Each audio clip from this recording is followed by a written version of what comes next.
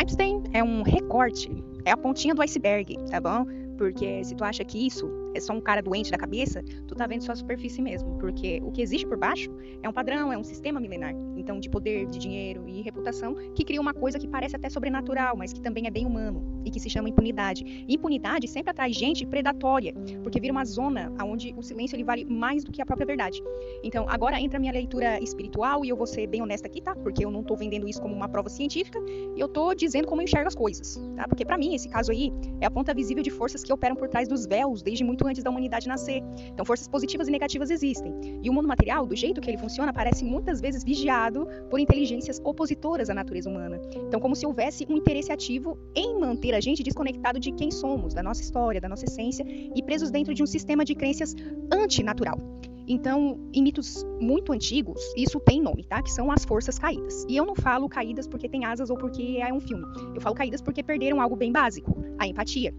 Quando um ser perde a empatia, ele tenta virar um deus, através do controle, de domínio, de manipulação e degradação. Então, textos aí como o livro de Enoque colocam isso com imagens, né? Os Néfilins, os vigilantes, os Anunnakis, o que for. E para mim, o nome é menos importante do que a dinâmica. Então, existe um tipo de inteligência aí, um sistema padrão, que usa esses seres, nós, né, seres humanos, como instrumento, que está no topo da hierarquia humana, bilionários, influentes, elite, vira o melhor canal porque já tem acesso, blindagem, recursos e alcance. Então, o que a cultura ainda chama de sucesso pode virar máscara imperfeita para uma estrutura predatória por trás. E eu falo isso também porque eu já tive um acesso, uma experiência interna e muito intensa.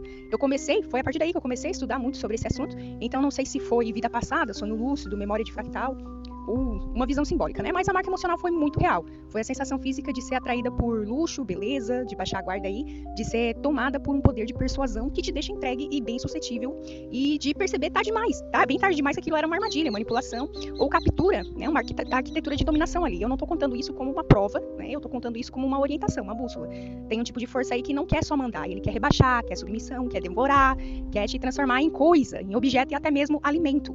Então, quando eu olho para o mundo e vejo redes de impunidade, chantagem, abuso e silêncio institucional, a pergunta para mim não é quem domina o mundo, a pergunta é o que a humanidade está alimentando quando ainda normaliza a impunidade, quando protege o predador, quando se cala por medo, dinheiro ou reputação, porque no fim, esse é o ponto mais desconfortável, né? Não precisa acreditar em seres externos e sobrenaturais para entender o mecanismo, mas se tu usa essa lente espiritual, o recado fica ainda muito mais direto, né? O negativo, ele ganha poder quando a gente entrega energia para ele em forma de medo, silêncio, desconhecimento, ingenuidade, cegueira por ignorância, idolatria, né, sobre o poder.